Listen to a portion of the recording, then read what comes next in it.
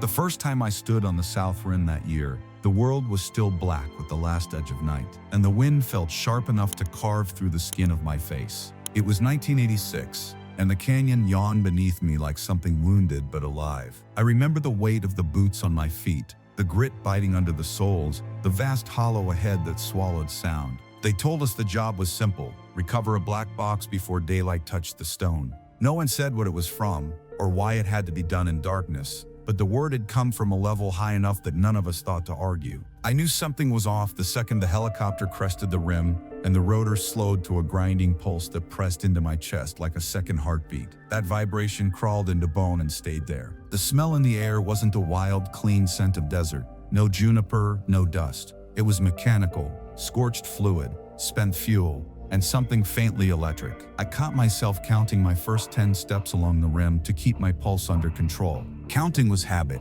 It made the fear manageable. We listened, still shapes against the edge of the world, and through the canyon's throat came a noise almost too faint to notice. One metallic pulse, then another, the steady rhythm of a locator beacon, too deep to be a bird or ranger device. The sound was distant, patient, like it had been calling for years. That was the start. But before I tell you what we found, hit that subscribe button. It helps keep these declassified stories coming. 2 days before that morning, 8 of us had been pulled from different companies and told to report to a supply shed at Fort Huachuca, Arizona. No insignias, no paperwork, just our names on a sheet that vanished after we signed. Inside, the air was stale with old dust and the hum of the overhead fan. At the front stood an Air Force captain who wore no base patch, and next to him, a civilian, thin, pale, hair close-cropped, holding a brushed aluminum case. He never offered a name, only said he worked for a test site west of here. The folder on the table stayed closed through the whole briefing.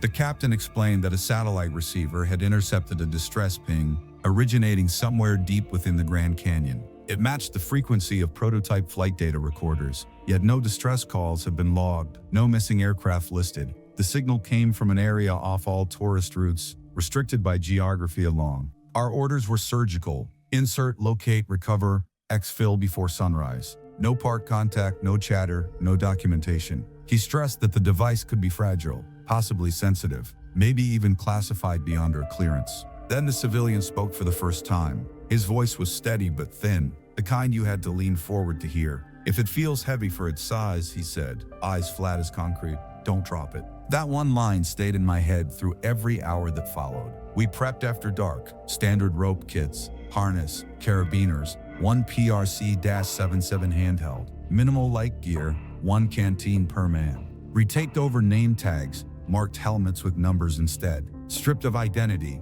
we felt like inventory, not soldiers. At 2300 hours, we rolled out in 2 unmarked trucks, the desert stretching endless beneath the stars, engines humming in that monotone that eats at nerves after a while. The captain rode up front, a folded map glowing under the dashlight. I sat in back with my pack between my knees, counting the seconds between engine knocks, letting each number anchor me to something solid. Retrieve, contain, transport. Those were the only words that mattered. Halfway out, the convoy stopped at what looked like an abandoned fueling pad. Cracked pavement, one rusted sign half buried in sand. 2 Hueys waited under hooded red lamps, blades still but gleaming. The air reeked of fuel and cold iron. The pilot stood off to the side, silent silhouettes. We loaded in quickly. One crate bore a diagonal yellow hazard stripe. Inside sat a lead-lined transport case big enough to hold a child's coffin. For the recorder, the captain said. No one asked why a flight recorder needed a radiation shield. When the engines fired, the air split with that low grinding rhythm again, the steady chop that felt more like a pulse than sound. It pressed behind my ribs until breathing took effort. I glanced at the civilian. He held a small receiver to his ear, eyes closed, listening to the distant signal. Every few seconds it clicked, a hollow metronome marking something far below. Then we lifted off, and the canyon opened under us like a mouth without a bottom. The red interior lights painted our faces hollow, every shadow deep enough to hide behind. I caught the same smell again, that acrid blend of burnt hydraulic fluid and cold metal. It wasn't from the engines. It was older, like something stored too long. No one spoke. The captain checked his watch, mouthed something to the pilot, and we dipped lower, following terrain we couldn't see.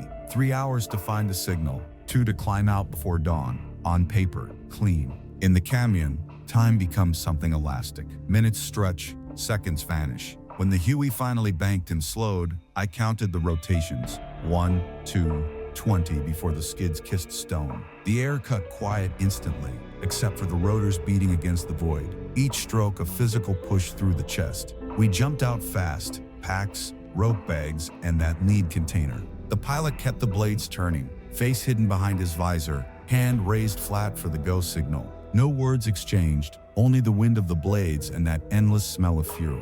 The canyon devoured our flashlight beams, turning every movement into echo. Darkness here wasn't absence, it was presence, pressing from all sides. I took 10 steps from the chopper and started counting again, forcing my pulse to follow the rhythm of my boots. The captain signaled the civilian to lead. The man kept the receiver close to his chest. It gave off a soft metallic ping every few seconds, like something breathing slow and deliberate. We fell into formation, rifles slung low, not for combat, a balance. This wasn't a firefight. It was an extraction of something that shouldn't have existed. The trail ahead narrowed into switchbacks, invisible until our glow sticks flared to life, bathing the stone in weak green. The canyon walls caught almost nothing of the light. They just seemed to drink it in. We were ghosts moving down a throat of stone. Radio stayed silent. Orders were simple. No chatter, no illumination, except for task. No deviation once the signal was found. Each rule sounded small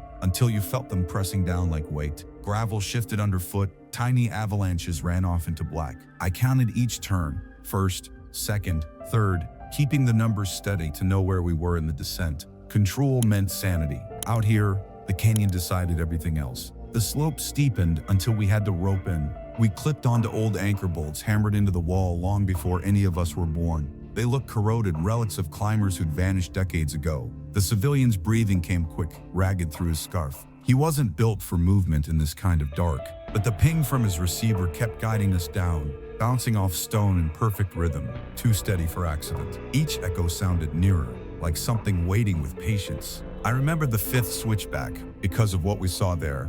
A rusted metal ring driven into the rock, a mule tie point from old park expeditions. It meant humans had once worked this path. It also meant daylight traffic. The captain didn't want anyone spotting us at dawn. We moved faster. The air thickened with trapped heat, and that stench again. Burnt oil, hot metal. It coated the back of my tongue like dust. The civilian stopped suddenly, lifted his head, whispered, "Close now." The sound of his voice felt wrong in that place, too loud even at a whisper. The captain raised his hand, palm out, ordered a halt. We crouched low as he unrolled a map on his knee. A USGS sheet ranked in red ink. There he said, "Let's move the cat, and let's settle a mass and run. But less you can." The locator was inside that cut. It meant leaving the marked trail. The captain didn't hesitate. He folded the map, clipped his rope to a new anchor, and gave the signal. We cleared loose gravel, fixed descenders, leaned back into the black. My rope bit into the harness, firm and unforgiving. 6 feet down, then a ledge. Below that, the glow of our chem lights faded into nothing. I counted every shift in weight. 1 lean, 2 steps, 3 more. The counting made fear mathematical, something I could manage. Then the smell hit full force. A sudden pocket of heat carrying the stink of scorched machinery. Not from now, but from something that had burned a long time ago. I held my breath and kept moving. The canyon around us seemed to hum faintly, though I knew it was only the wind moving through cracks. At least, that's what I told myself. We hit the bottom of the drop and gathered in silence. The receiver's ping came louder, echoing twice before fading. Whatever called to us from below, we were nearly on top of it. None of us knew that before the sun rose, that sound would follow us home and never stop. The rotor wash thinned as the helicopter lifted off, leaving us swallowed in silence and shadow. Only the canyon breathed now, a slow exhale of dust and unseen currents whispering against the rock. The pilot's red lamps faded until they were nothing but dim stars receding into black. We stood at the base of a vertical throat barely 10 feet wide, boots scraping over shale that slid under every step. The glow sticks we'd cracked above bled out their faint green light, enough to mark where the climb back would begin, but not enough to feel safe. The civilian's receiver kept its steady metallic rhythm. Ping, pause, ping. Each beat bouncing through the walls until it felt less like sound and more like a pulse calling inside my skull. The captain raised his fist for silence and motioned for 2 of us to take point. I moved with Carter to the left, using the slope for cover. Our red filtered lights cut narrow cones through the dark, showing nothing but dust and fractured stone. The air carried that same metallic tang, like oil burned too long in an engine. It clung to the skin, made sweat smell wrong. We inched forward until the canyon widened, just enough to move side by side. Behind us, the civilian followed close, pressing the receiver to his chest, like a heartbeat he didn't want anyone else to hear. He listened with his head tilted slightly, whispering numbers I couldn't make out. The sound of boots on gravel echoed strangely, muted and endless, as if the rock absorbed what it wanted and gave the rest back in its own rhythm. By the time we reached the next bend, I'd counted 50 pings, each closer than the last. When we stopped, the air grew heavier, almost warm. The walls closed tighter, making the space feel alive. The captain motioned for a halt. His voice came through in a whisper, "Signals below us now." That meant we'd overshot the source vertically, not horizontally. Whatever was calling to the receiver was buried beneath the rock itself. He crouched, spread his map again, and traced a finger over a narrow side gully sketched in red ink. The civilian leaned down, eyes locked on the paper, and nodded once. His voice trembled when he said, "It's inside that cut." We all turned toward the gully he pointed to, a crack that barely looked wide enough for a man to squeeze through, veiled by fallen shale and hanging roots. The captain gave quick orders, like discipline: rope line, no chatter. He set 2 anchors on the nearest wall and clipped his carabiner. I followed, fixing my line into the same point. The rope felt slick with sand but solid. I checked twice before leaning back. The drop wasn't long, maybe 10 feet, but the landing below was blind. I eased my weight over and felt the harness tighten against my chest. The first descent went smooth, boots scraping over the rock, the rope hissing through metal. Then I touched down on a ledge no wider than a doorstep. The air there was thicker, warmer still, and the smell, God, that smell hit like heat from an open furnace. Not fresh fuel, but something stale and chemical, like a machine that had burned and cooled a dozen times. I unclipped and waved the next man down. Within seconds, Carter landed beside me, his breath shallow through the scarf. The glow from our chem lights above faded, leaving us wrapped in. The canyon had stopped sounding like a canyon. It had turned into a machine humming low. The civilian joined us next, sliding down awkwardly. His hand shook around the receiver. The ping was clearer here, sharp and distinct. We were standing nearly on top of it. The captain dropped last, his rope creaking under the shift in weight. He unhooked and crouched to listen. The ping echoed through the rock under our boots, repeating slow and measured. Then,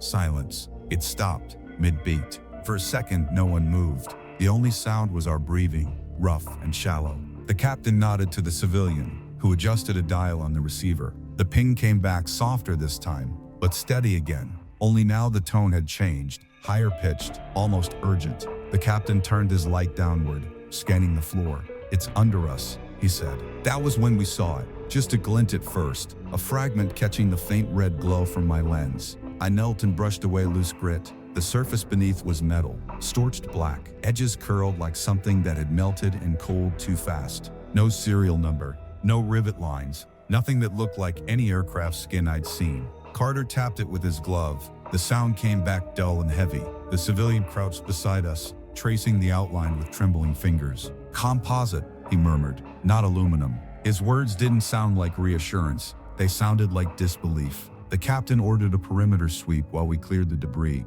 Every few feet, more fragments appeared. Dead rods, charred cabling, one jagged panel the size of a map case with blistered paint that peeled like scorched skin. The smell of burnt oil thickened until it filled our lungs. My tongue tasted metal. When I turned my light against the rock, I noticed faint streaks running down the wall, black, tar-like trails that led into the crack ahead. "It goes deeper," I said. The captain followed my beam, then nodded once. "We're moving in." He clipped fresh rope to the anchor, fed it through his harness, and started toward the opening. The space narrowed immediately, forcing him to drop to his knees. I followed, dragging my light hand over stone slick with mineral dust. Every movement stirred up tiny motes that shimmered in the red glow before vanishing into dark. 10 crawls in, the passage widened enough to crouch. The air was heavy, wet against the skin. My beam swept over the ground and froze. There it was, a curve of metal half buried in the rock, dark and smooth like something alive holding its breath. I brushed away sand with my glove until the full surface showed. It was the corner of a casing, rounded, seamless, thicker than any recorder I'd ever seen. One side was crushed inward, revealing torn copper and fused wiring inside. The faint ping from the civilian's receiver echoed right against it, almost perfectly in sync. He crawled up beside me, pressed the receiver to the casing, and closed his eyes. The sound steadied, one beat every 2 seconds, like a pulse returning to rhythm. "That's it," he said softly, voice trembling. "That's the source." The captain leaned in, studying the metal with his light. No identification tags, no paint left, nothing to say who it belonged to. He called for the lead line container. I crawled back to the ledge, secured the rope, and waved for the others to pass it through. The case came down slow, swinging in and out of the dark like a pendulum. We cleared a space around the object, rocks scraping, metal grinding faintly. When we lifted it free, it felt far heavier than its size should allow. The captain's arms strained, veins standing out under the light.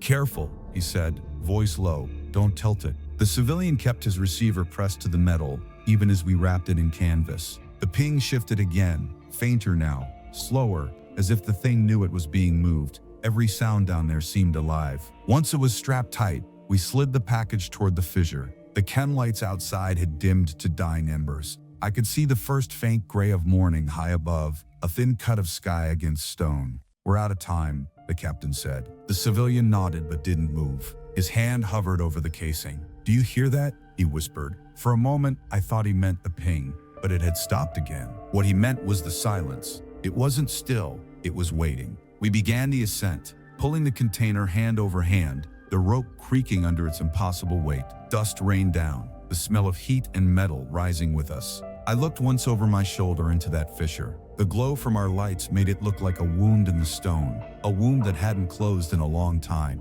When I blinked, I thought I saw the darkness pulse once, like it breathed. I turned away and climbed faster. We didn't speak. The ping started again somewhere below us, slower now, softer, like it was following. By the time we reached the next ledge, dawn was starting to bleed across the upper rim, turning the sky from black to iron gray. The glow sticks we dropped behind were still visible far below, faint green points marking the trail like eyes half buried in dust. The captain signaled for silence and motioned to secure the load on a flat patch of stone. The lead container sat between us, lashed tight in rope webbing, its surface dull and cold to the touch even through gloves. I could feel the weight of it through the harness, heavier than any standard recorder had a right to be. The civilian crouched beside it, his face drained of color, eyes darting between the case and the receiver in his hand. The screen still blinked faintly, a slow rhythmic pulse that didn't match the tone of the canyon anymore. "It shouldn't still be transmitting," he muttered. The captain ignored him, checking the rope line above. "We move now, or we burn in daylight." His voice carried a brittle edge, a note that said he was feeling the same wrongness we all were but refused to name it. The wind was picking up, whispering through the cracks in the cliff, carrying the smell of scorched oil and something faintly metallic, like blood on iron. We began the climb toward the higher ridge, muscles screaming from fatigue. The weight of the container pulled us backward with every step, our boots grinding into loose shale that shifted underfoot. I counted each movement to keep my hands steady. 5 steps, rest. 5 more, breathe. The rope linking us creaked under strain, the sound swallowed almost immediately by the canyon. Halfway up the wall, Carter slipped. The container swung hard, slamming against the rock with a metallic thud that echoed through the gorge. Everyone froze. For 3 long seconds, no one breathed. Then it happened. A hiss, soft at first, then sharper, like air escaping from a pressurized valve. The sound came from inside the container. The civilian lunged forward, pressing his ear against the metal. "Don't touch it," the captain barked, but he didn't move. "It's humming," the civilian whispered. His voice was almost reverent. "It's active." None of us asked what he meant by that. We just pulled harder, desperate to get off the wall. When we reached the ridge, the world felt smaller.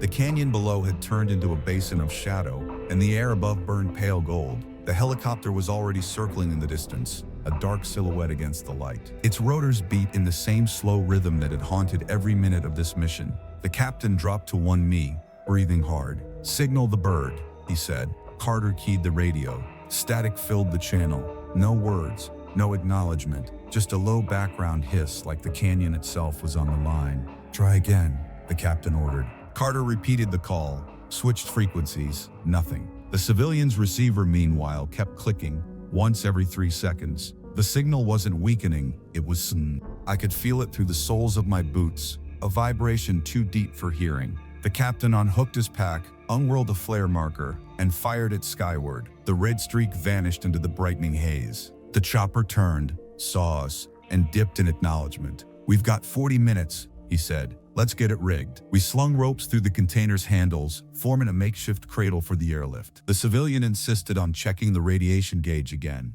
The needle wavered near 0, flicked once, then steadied. He looked uncertain, but he didn't argue. When the helicopter came in low, dust exploded around us in a storm of grit. The pilot shouted over the radio, his voice chopped into fragments by the rotors. The captain waved him in, signaling for the sling line. I helped hook it to the harness, double-checking knots with shaking fingers. The air smelled thick with kerosene and that same burnt oil that never seemed to fade. When the line took weight, the container lifted an inch from the stone. That was when we all heard it again, the ping. Not through the receiver this time, but through the air itself, faint and hollow, echoing up from the canyon. The rhythm was perfect. 3 beats, pause, 3 beats again. The same sequence I'd counted when we first descended. The civilian's head snapped toward the edge. His lips moved, counting silently with it. "Something's responding," he said. The captain didn't answer. He motioned for the lift. The helicopter rose slowly, pulling the container clear. The ropes trembled,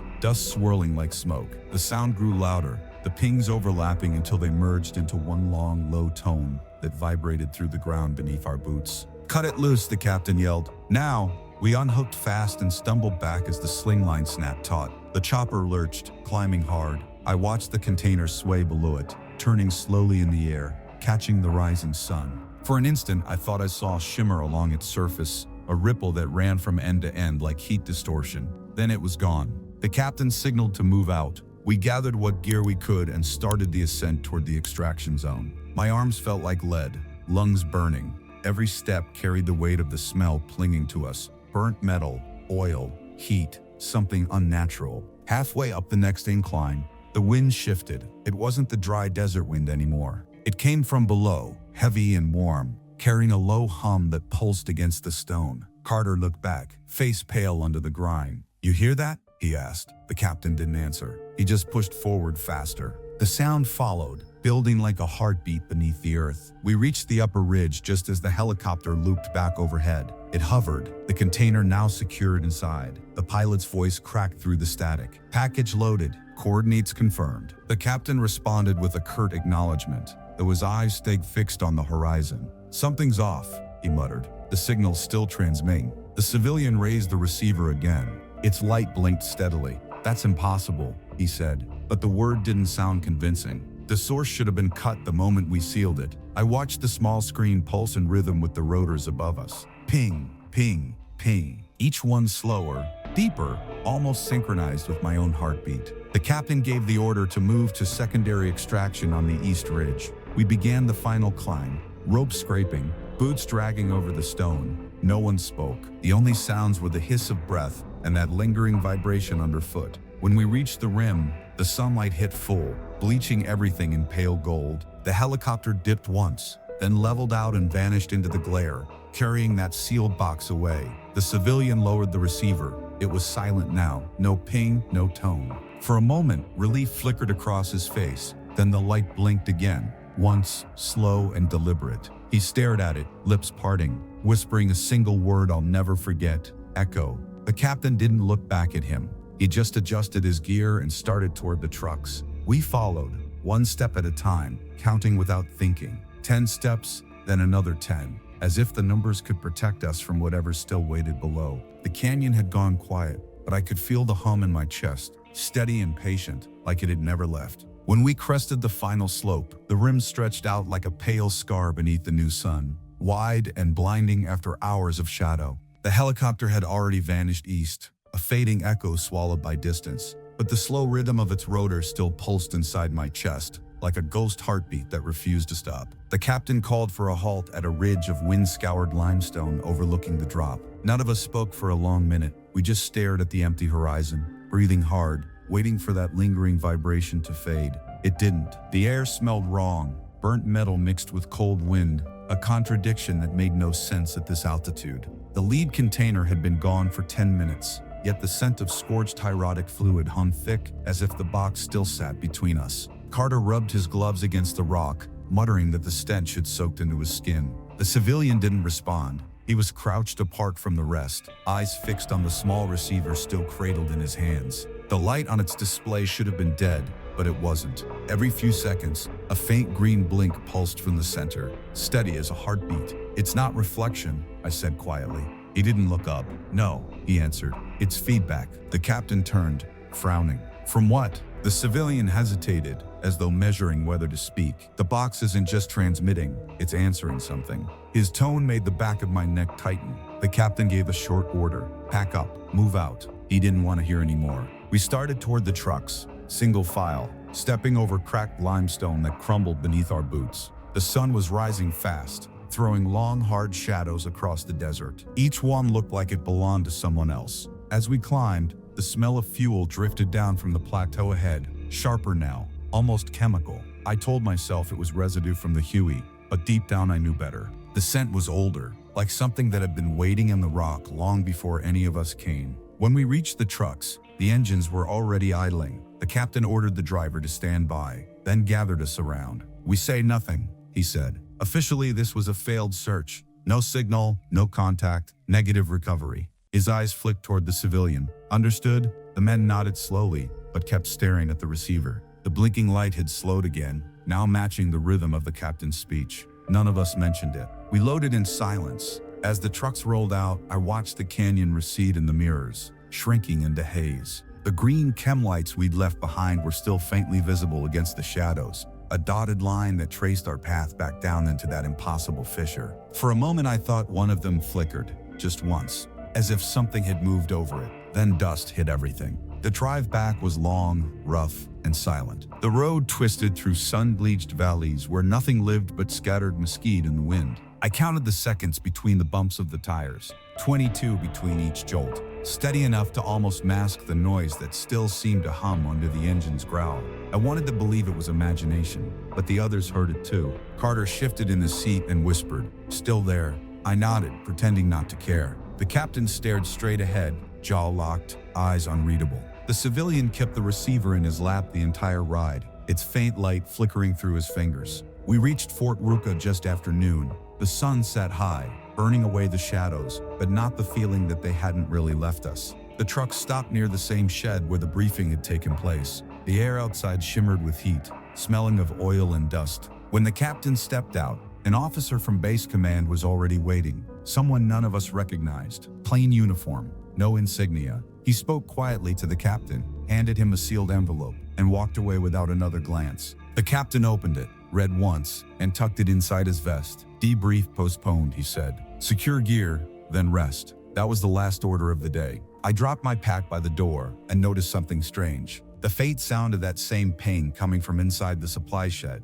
muffled but distinct. I froze, then looked at the others. No one else seemed to notice. I stepped closer to the wall, pressing my palm against the middle siding. The vibration was there, faint but steady, thrumming, like a pulse trapped in steel. I backed away slowly. That night, none of us slept. Every time I closed my eyes, I heard that noise again, soft, rhythmic, patient. Around midnight, the sound of rotors drifted faintly over the base. I went outside, half expecting to see the Huey circling overhead, but the sky was empty. Still, the air vibrated with that same slow rhythm, not carried by wind, but rising from the ground itself. When it stopped, the silence felt heavier than before. At dawn, a message came down the line. Our detail was to report back to the shed. We filed in one by one, still wearing the same gear. The civilian was already there, pale, eyes bloodshot. The captain stood beside him, the folder from before now open on the table.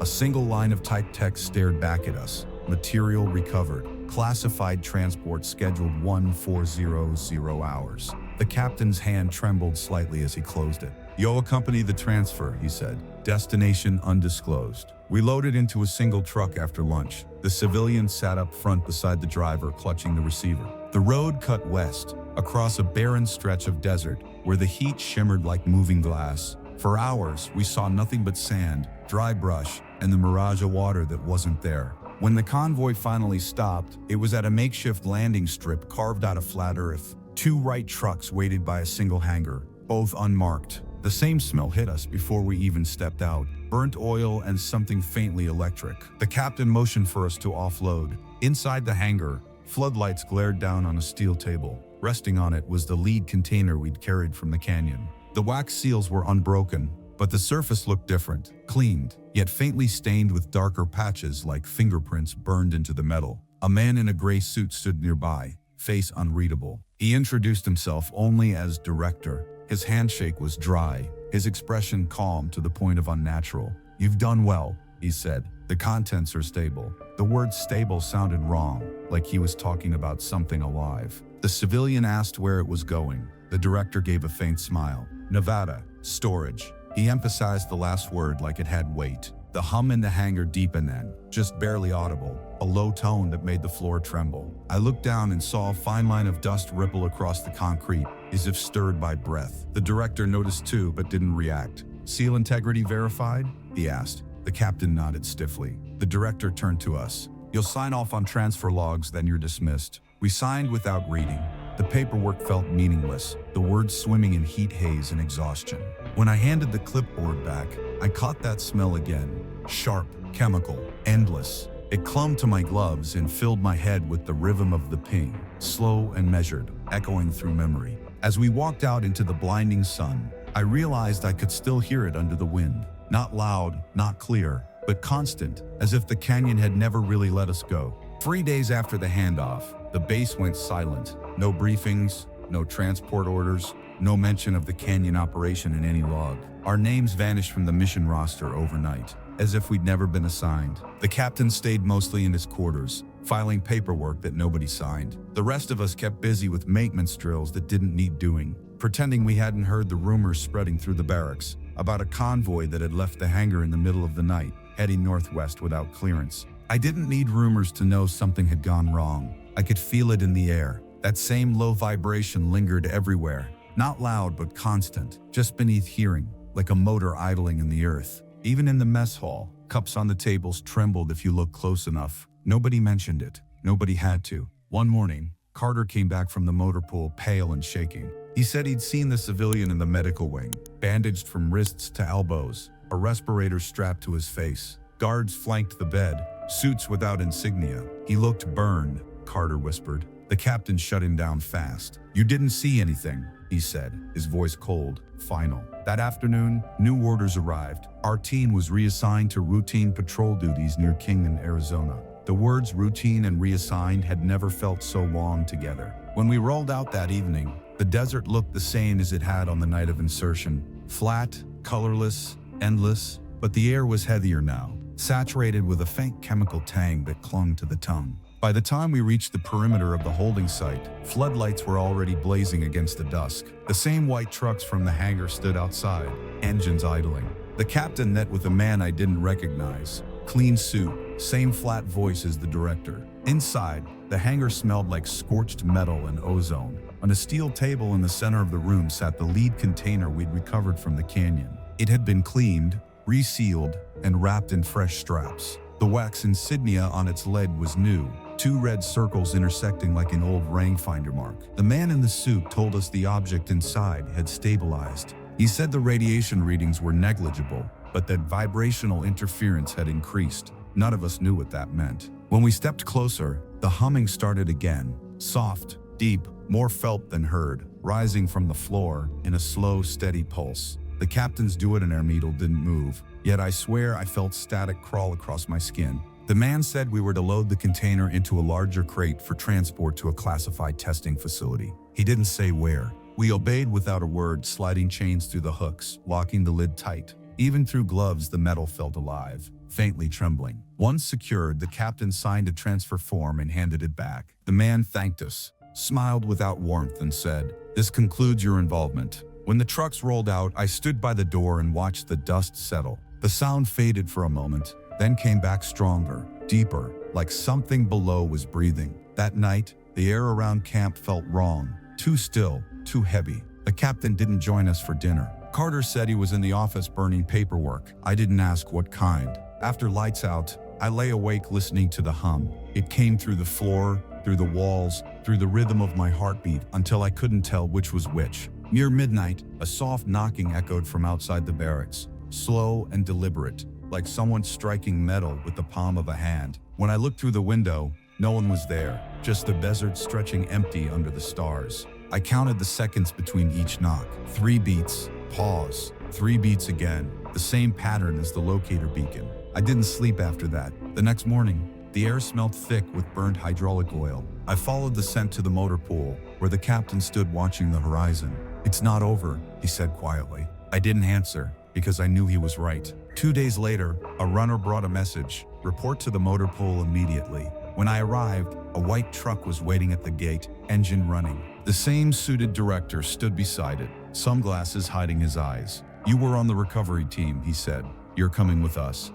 The captain joined a minute later, dressed for field work. Neither of them spoke during the drive. The road wound through scrubland, then broke into open desert. The heat shimmered like a veil. After an hour, we reached a chain gate leading to an excavation site. 2 tents and a mobile crane sat near a shallow pit. I smelled the stench before I saw the source: burnt oil, ozone, scorched dust. Inside the pit, half buried in blackened sand, was another container, smaller but identical in design. A crack split one side, exposing the lead lining. It pulsed faintly, a low vibration you could feel in your teeth. "Found this during a survey flight," the director said. "Same signal, different origin." He didn't elaborate. The captain and I rigged the sling around the box, while the crane lifted it free. The metal was warm, almost hot, humming through our gloves. When it touched the truck bed, the sound deepened, low and endless, like the canyon itself had found a voice. "Paired units," the director said softly. "One records, one transmits." I asked what kind of aircraft used 2 black boxes. He didn't answer. The desert wind shifted, carrying the smell of heat and metal. As the truck doors closed, the hum stopped. The silence that followed felt heavier than any sound. On the drive back, nobody spoke. The captain stared straight ahead, counting under his breath. I did the same, though neither of us said what we were counting. By dusk, we were back inside the perimeter. The director gave one final order: "This one stays here." We watched as guards wheeled the container into a concrete bunker half buried in the sand. The air inside was freezing, our breath fogging as we stepped out. When the doors shut, the vibration stopped again. But standing there in that stillness, I couldn't shake the feeling that the hum hadn't ended, it had just moved deeper. The following week blurred into gray. The desert sun baked the base until the air shimmered like a mirage, and the night sank into silence so deep it felt staged. The captain kept mostly to himself, spending hours in the motor pool, burning old field notes and mission tags in a rusted oil drum. When I asked why, he only said, "Loose ends draw attention." I stopped pressing. Every day the hum in the ground seemed to fade a little more, but none of us believed it was gone. You could still feel it at night if you lay still long enough. The faintest pulse under the mattress frame, slow and deliberate, like a memory that refused to die. 3 days after the second recovery, the director vanished without announcement. The site near Kingman was dismantled within 24 hours. The trucks left in silence. By the next morning, the desert looked untouched. The captain said we were done, but he didn't sound convinced. A week later, orders came to prep for final inspection. No one explained what that meant. By sunset, we were back in the air. The same pilot, the same helicopter, that same heavy chop of rotors that always seemed to sync with my heartbeat. We flew northwest over ridges that looked like scar tissue in the earth until we reached the old strip by Kingman. Only this time, the place was empty. No floodlights, no guards, no sound. The hangar door stood half open, rattling in the wind. When we landed, the captain signaled me to follow. The smell hit first, burnt metal layered with dust, and something like old ozone. Inside, the first container sat on the same steel table we'd seen weeks before. The wax seals were broken. The top was half open. Every sound inside that hangar seemed too loud, every shadow too long. The captain approached slowly, gun drawn but low, and I followed close enough to feel the cold air pouring out of the open box. It wasn't natural cold. It had weight, almost pulling the breath out of your lungs. On the table beside it sat a reel-to-reel recorder, the kind used decades ago for telemetry capture. Its reels turned slow, clicking faintly with each rotation. A single red light blinked with mechanical patience. The captain reached out and hit stop. The reels froze, tape hissing softly before silence returned. Then the smell changed. A whiff of burnt hydraulic oil rose from the machine, faint but familiar. He rewound a few inches and pressed play. The sound that came out wasn't human. It was wind, distant impacts, then a voice distorted by static, weeding strings of numbers. The captain's face went pale. I knew those numbers. They were the same sequences the civilian had whispered to himself on the flight out of the canyon. The same pattern I'd written in my notes before they disappeared. The captain switched off the power, but the red light stayed on. "This isn't flight data," he said. His voice was low, even, almost resigned. "It's transmission." Before I could ask what that meant, the air inside the hangar shifted. A low vibration crawled through the floor, climbing into our legs, our chests, our teeth. The tape reels began to spin again, slow at first, then faster, as if something invisible had restarted them. The captain reached for the power switch again, but the sound wasn't coming from the recorder anymore. It came from the small case sitting inside the open container. A new light pulsed on its surface, pale and blue. The tone that followed was sharp, high, almost metallic. I felt my vision narrow, sound stretching thin. The captain grabbed my shoulder, shouting something I couldn't hear. The light blinked faster, the pitch rising until it hit a frequency that made my eyes water. I covered my ears, but the noise went deeper than sound. It was inside bone. Then, all at once, silence. The lights snapped off. The air settled. We stood frozen for several seconds before the captain reached out again, touching the lid.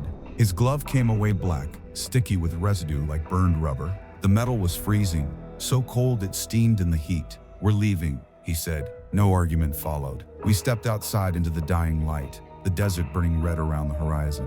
I turned once before we reached the jeep. The hangar lights flickered once, then again, pulsing with the same rhythm as the beacon signal. 3 beats, pause, 3 beats again. "It's still transmitting," I said. The captain didn't look back. "Not from here," he said quietly. We drove fast until the hangar was a smear behind us. The noise followed for a while, fading only when we hit the highway. By the time we reached the base, night had fallen. The compound lights flickered like they were powered by tired lungs. The captain went straight to the comms building to request a secure line. I waited outside, hands still shaking. When he came out, his face was gray. "No connection," he said. "Too much interference on every channel." That word, interference, made the back of my throat tighten. I could smell burnt oil again, faint but certain, clinging to my jacket like smoke. I went to my bunk but didn't lie down. I watched the second hand on my watch circle slow, counting each movement to calm my pulse. The tick matched that same old rhythm, the one that had started in the canyon.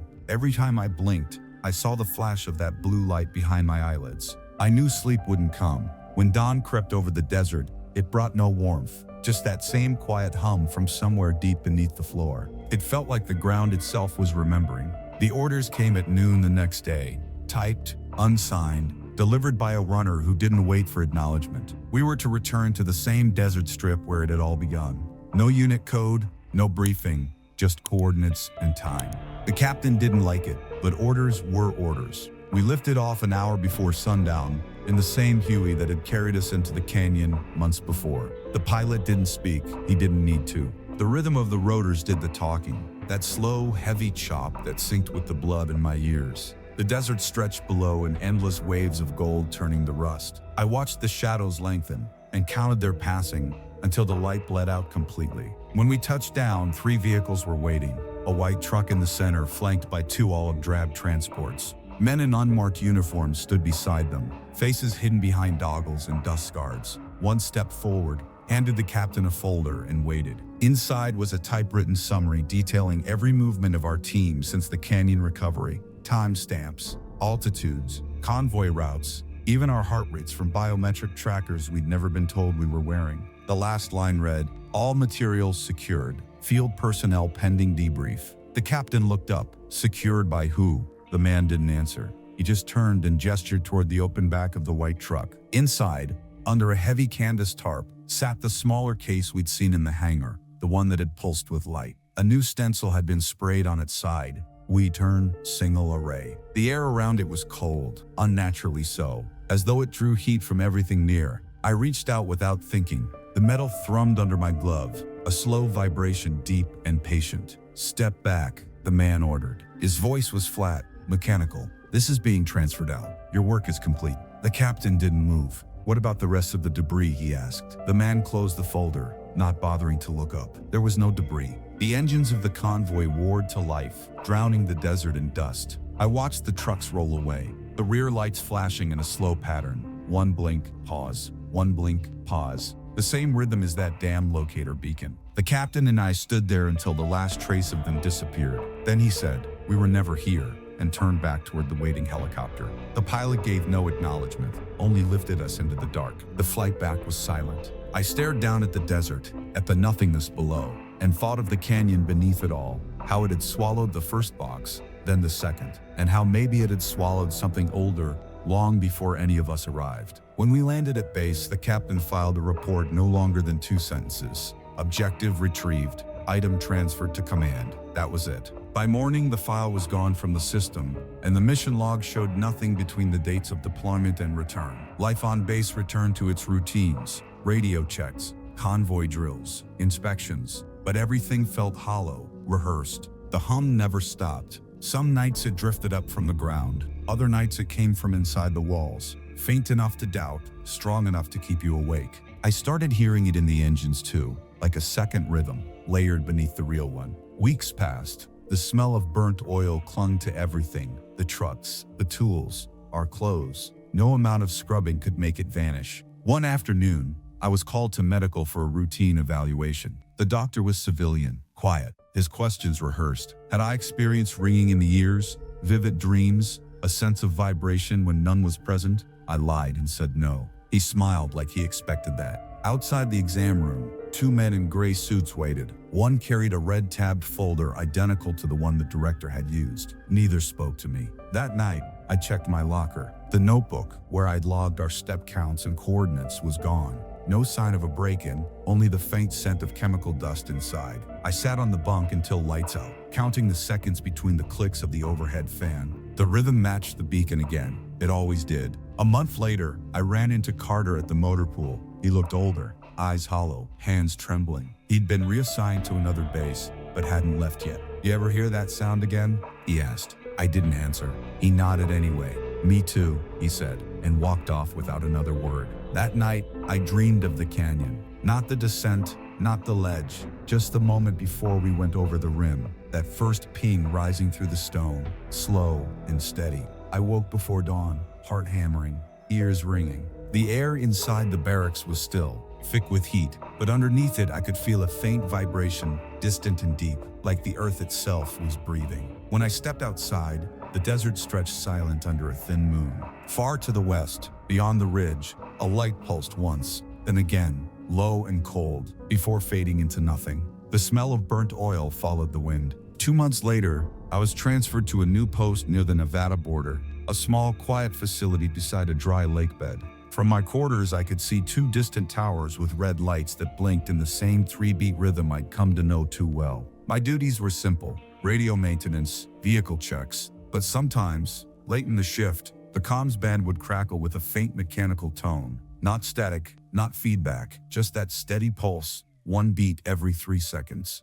Each time, I turned the dial down and counted to 20 before it faded. They called it interference. I called it memory. Years passed. The mission became rumor, then myth. I stayed long enough to see the base change names twice. The others scattered. Some retired, some transferred, some vanished like they'd never existed. I never saw the captain again. Sometimes I wonder if he ever heard the hum after that night, or if it finally let him go. As for me, it never did. Even now, decades later, when the wind turns dry and the air smells of hot metal, I can feel it under my skin, the rhythm that started in that canyon. 1, 2, 3, pause. 1, 2, 3, a machine heartbeat that was never ours. We didn't recover wreckage. We uncovered something waiting to be remembered. And every time I close my eyes, I can still see those chem lights, lined along the stone like veins glowing faint in the dark. Sometimes they flicker, just once, like something deep below was counting too. So that's the story they buried under paperwork and silence, the one that never made it to any official log. 2 black boxes, 2 signals, and a heartbeat that still hasn't stopped. You can seal a file, burn a report, and move the men who carried it, but you can't silence what's still echoing out there beneath the rock. Somewhere in that canyon, something's still calling back. If you've made it this far, soldier, hit that subscribe button, drop a like, and share this transmission before it gets wiped. You know the drill. Stay sharp, stay in the dark, and remember, some recoveries aren't meant to bring anything home. This is Captain Rebel, signing off until the next declassified horror drops.